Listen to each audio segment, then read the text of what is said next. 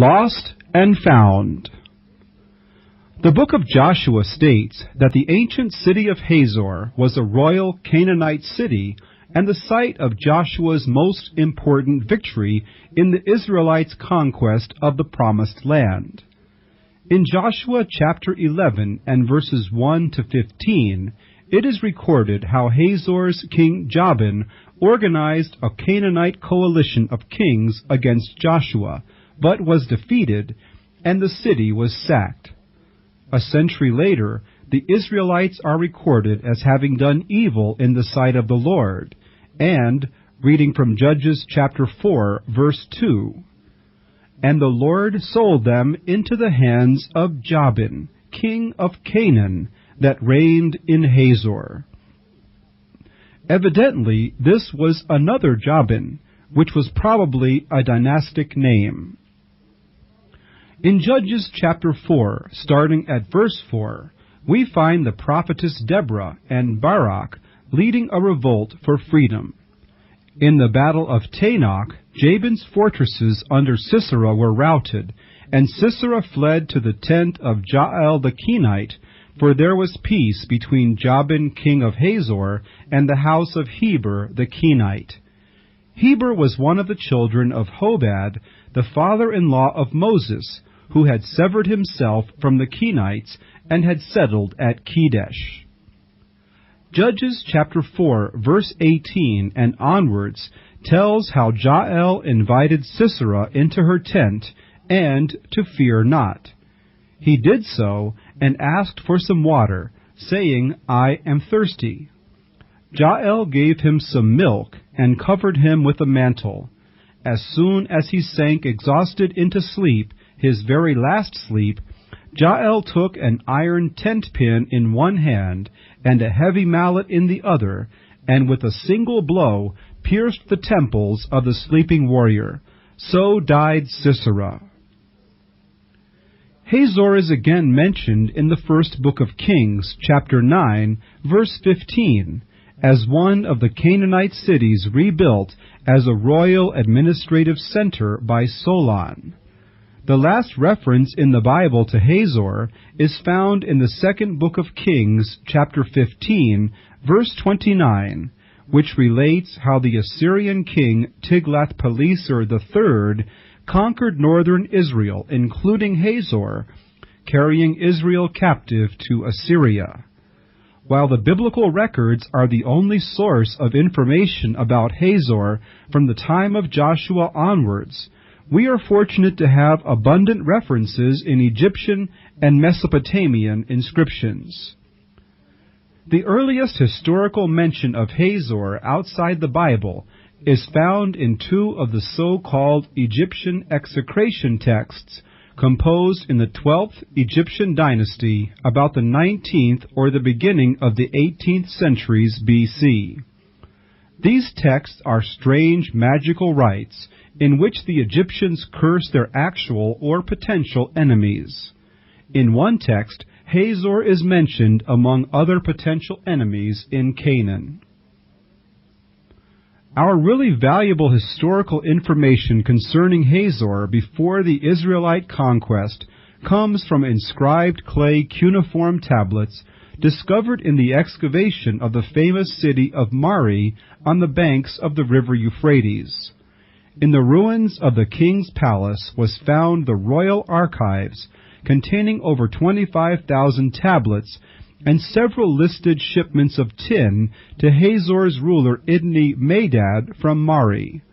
Thus we are informed of the name of Hazor's king at that period, and that Mari was the source of the tin that Hazor imported for the making of bronze. One tablet from an official of the court informs the king of Mari that a group of messengers from Hazor had arrived. The tablet then reads, "Two messengers from Babylon, who have long since resided at Hazor, are crossing to Babylon." The next reference to Hazor comes from Egypt. Nearly every pharaoh of the New Kingdom, that is, the 16th to the 13th centuries BC, mentioned Hazor among the towns they had conquered in Canaan.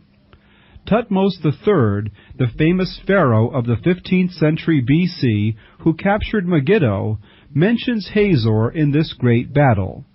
Hazor is again mentioned in the reign of Amenephis III around 1400 BC, and again in the days of Seti around 1300 BC.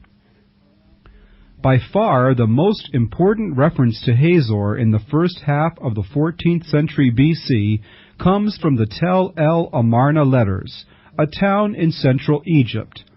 This is the private correspondence between Pharaoh Akhenaten, also called Amenephis IV, the heretical king, and the king of Hazor.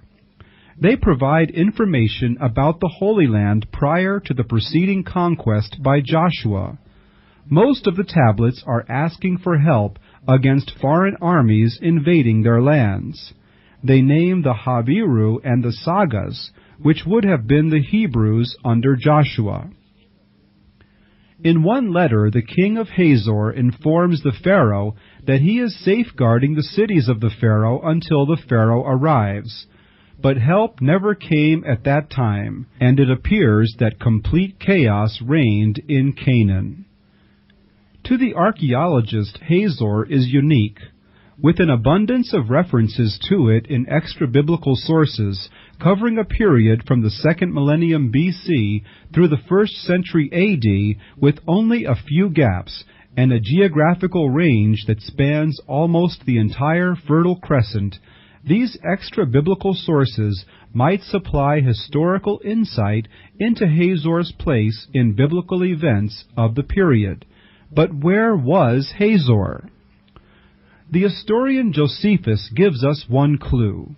In his Antiquities book 4, he wrote that Hazor lay over the lake Semachonitis, today Lake Hula, in Upper Galilee.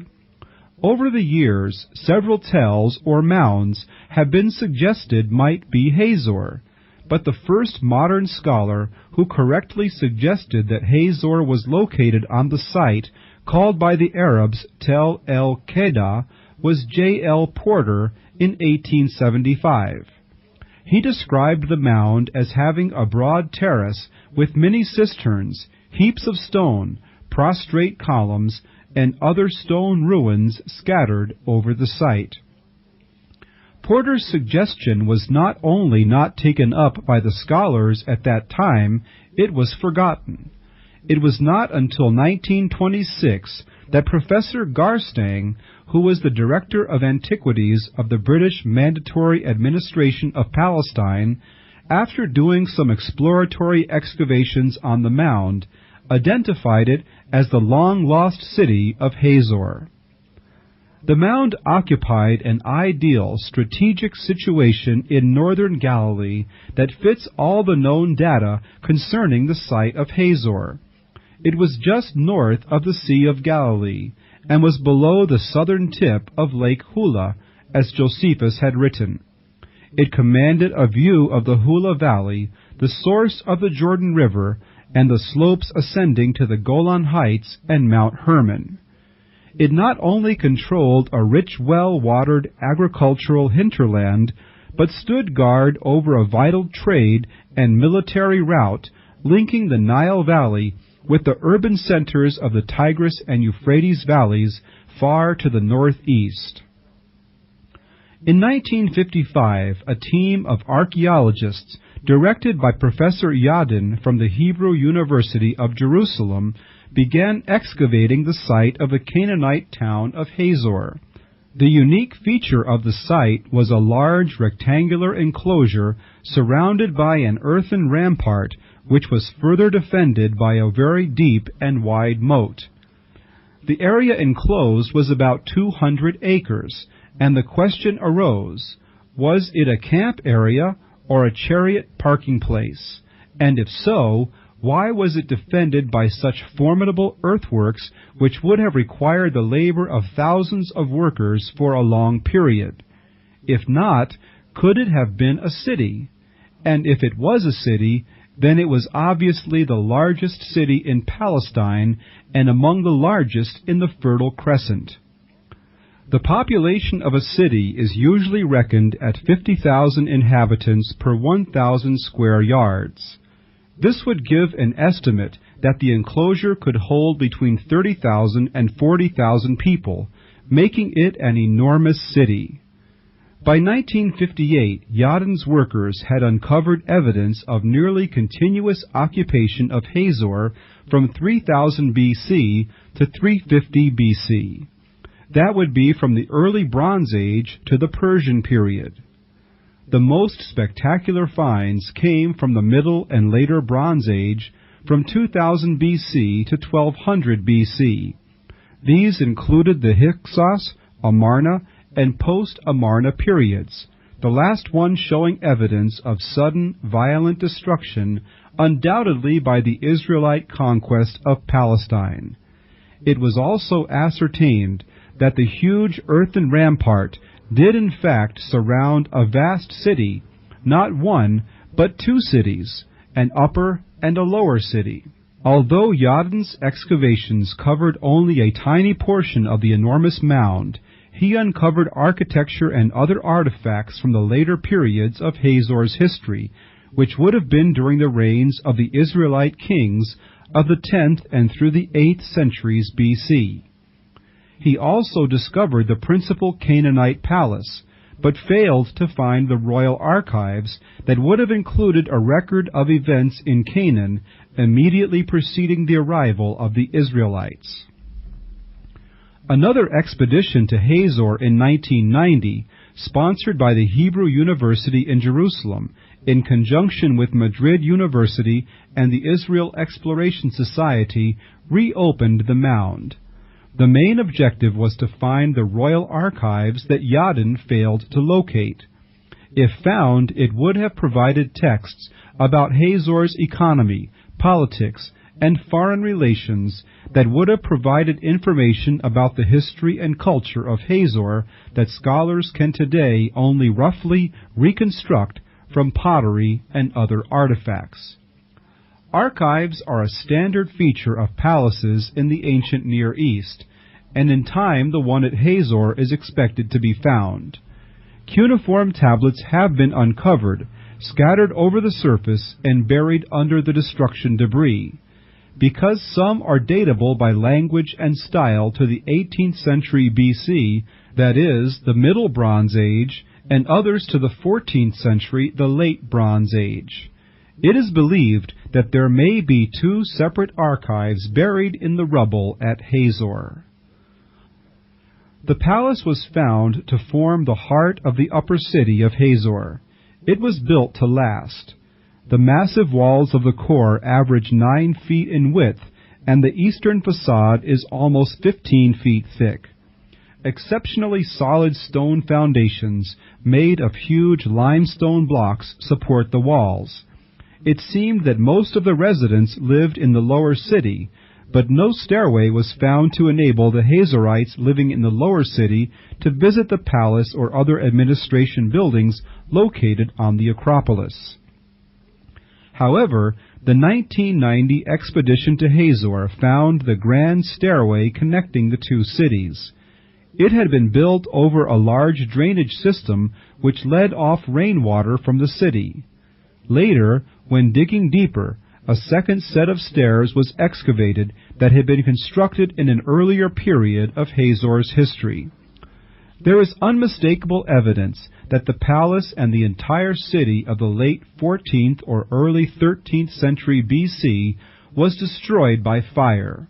The conflagration not only demolished all the main structures of the city, but buried them in a 3-foot layer of blackened ruins and ash. The heat from the fire was so intense in the palace, whose floors appear to have been of wood, the mud bricks of its walls were vitrified into glass, its basalt slabs cracked, and clay vessels in the palace melted. Adding to the intensity of the heat was the large quantity of oil contained in huge storage jars throughout the palace, creating an inferno with temperatures estimated to be over 2,300 degrees Fahrenheit. Within the confines of the palace, partly protected by the falling walls, were found various works of art, figurines, bronze swords, bronze armor scales, and a large basalt statue of a Canaanite god, its surviving portion measured more than 4 feet from neck to feet. Other finds consisted of beads, cylinder seals, scores of Egyptian statues, and 2 spectacular bronze male statuettes, both about 1 foot tall. One of these was originally covered with a thin plating of gold, probably depicting the king. The figure wears a gown and a type of conical hat known from images on contemporaneous cylindrical seals. The other statue, with its exquisite headgear, clothing, and sandals, may represent a deity, a dignitary of the court, or perhaps a ruler. Both figurines had been deliberately buried in antiquity beneath the floor in 2 corners of the room, presumably to protect them from any desecration, or perhaps from invaders during the siege of the palace prior to its destruction by fire. The fires that destroyed Hazor were not just isolated fires, but appeared to have been set everywhere, and from the smashed storage jars and decapitated statues, it was evident that the city's destruction was the result of hostile action and not accidental fire. The question was, who was responsible? At first it was thought that it was a rival Canaanite city-state, but the suggestion was soon dismissed because of the apparent absence of nearby cities powerful enough to attack the well-fortified city of Hazor. If the destruction of Hazor took place in the early part of the 13th century BC, the Egyptians could have been responsible. Pharaoh Seti had an inscription made describing his military campaign against Canaan around 1300 BC, and claims to have destroyed Hazor. Another Egyptian, Ramses II, could have conquered the city on his way northward to invade Syria before the Battle of Kadesh in 1275 BC, or on his return to Egypt afterwards. However, since both were Egyptians, it is unlikely that they would have intentionally mutilated statues of Egyptian kings. As would be expected in a city as large as Hazor, hundreds of homes, temples, workshops, and city stores were uncovered in the excavations of each stratum or period of occupation. Starting at the most recent ruins, the Persians, the Arabs, the city rebuilt by Solomon, the city destroyed by the Assyrian king Tiglath-Pileser III, the Israelite period, and finally the pre-Israelite period of Canaanite Hazor, ancient Hazor, the largest and most extensive city, is not equaled by any of the succeeding occupations of the site. In the removal of the accumulation of the debris and the floors of one period, the archaeologists discovered that many of the walls of the lower and earlier stratum were tilted as if shaken by a very strong earth tremor. Many of the floors of the homes were covered by fragments of the ceiling that had fallen on them. Identification of the pottery found in the debris of the homes as being 8th century BC enabled the biblical archaeologists to date the earthquake as the one mentioned in the opening lines of the book of Amos, which reads, "The words of Amos, who was among the herdsmen of Tekoa, which he saw concerning Israel in the days of Uzziah, the king of Judah, and in the days of Jeroboam, the son of Joash, king of Israel, 2 years before the earthquake." This earthquake must have been a catastrophe that left its mark upon the entire period, because it was used by Amos to reckon the years. Since Jeroboam II reigned in Israel between 789 and 748 BC, and was basically contemporary to that of Uzziah, king of Judah, who reigned between 785 and 733 BC, it enabled the archaeologists to date the destruction of the stratum to within a few years earlier than the one above. Judging by the standard of its buildings, during the time of Jeroboam II, The city of Hazor enjoyed an era of prosperity, as did the whole of Israel during the long reign of this great king. The buildings are among the finest of the entire Israelitish period. One home deserves special mention. It was first noticed by the archaeologists by the tops of stone pillars protruding from the ground. These were soon found to be tilted as a result of the earthquake previously mentioned. When excavated, the house itself was found to consist of a large court with a series of rooms on two sides. The eastern part of the court was covered by a roof supported by 6 well-dressed square stone pillars, 3 of which were still found in situ. The entrance to the house was from the south, through its court, where one proceeded into the rooms, 2 large ones in the north and 3 smaller ones in the west. Of particular interest was a small room on the western side, which had no entrance, but yielded an abundance of vessels, including many storage jars. It must have been a storehouse, and access to it may have been from a higher level not preserved. A house with a corner court, as found here, is typical of many Israelite residential structures, and is known as a cornered court, pillared house. Its plan and location, right in the heart of the city, would indicate the home of one of the wealthier citizens or an important official. With pillars and walls found askance, and the floors littered with hundreds of pieces of ceiling plaster, it was self-evident it was destroyed by a major earthquake. There was evidence that the residents had just eaten their last supper before the quake, which meal consisted, among other things, of olives, as indicated by the many olive stones found on the floor. An archaeological team digging in room number 6225 in an adjoining court, the number 6225 gives a little indication of the number of rooms found in this stratum, came across a little clay mask, quite intact. Having just uncovered a double-walled platform, believed to have been a cultic altar, they thought they had found another temple. However, some additional digging uncovered a pair of potter's wheels, upper and lower, made of basalt, suggesting it was a potter's workshop. This was later confirmed by the finding of additional wheels and fragments of much-worn shards, used in rubbing and finishing the surfaces of the earthenware. There were also adjoining rooms of pottery. Later, in the general vicinity were found additional clay masks, and there was much speculation as to their purpose. They had first been made as a bowl, then the eye holes were cut out, the long eyebrows joined to the upper end of a straight, slender nose, which lacked any nostrils. The mouth was then given shape, and the ears molded. 2 holes were perforated at the upper end, and 2 more on each side, 1 above and 1 below the ear. These were obviously for threading a string to attach the mask to the head of the wearer or to another object. The masks were rather small, too small to be worn by an adult, but they could have been attached to a deceased infant or served some other function in the cult of the temple.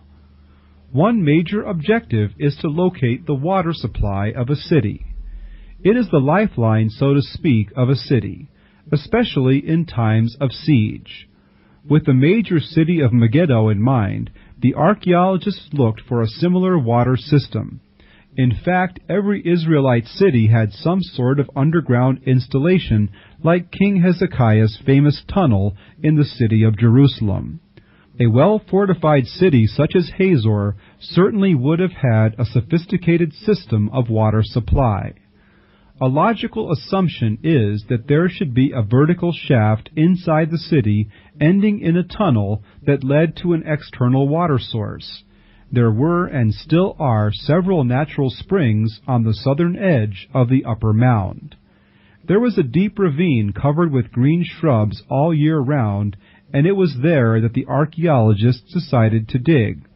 The spot chosen was a shallow depression that could not be explained by any visible structural remains.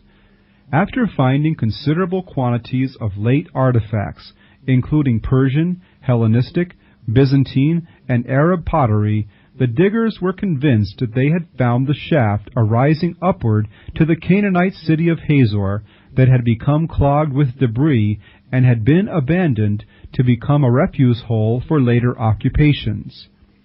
Digging by hand would have taken years to excavate the area, so a huge crane with 2 iron claws was brought in, and work progressed quickly.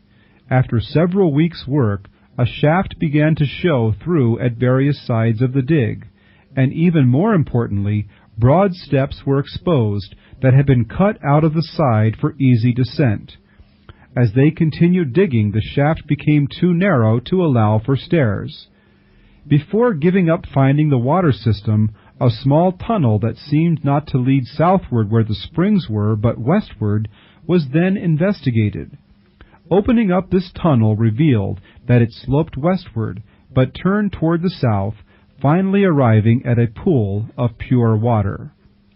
It appeared that the original engineers knew, or at least suspected, that the water table which fed the springs outside the city also existed within the city walls, and was even better protected than the one at Megiddo, which was outside the city and subject to discovery by an enemy force coming against the city. To summarize, the archaeological evidence points to a huge Canaanite city with a population numbering in the thousands, coming to an abrupt end in the second half of the 13th century BC, and was never rebuilt to the extent that existed prior to the fire.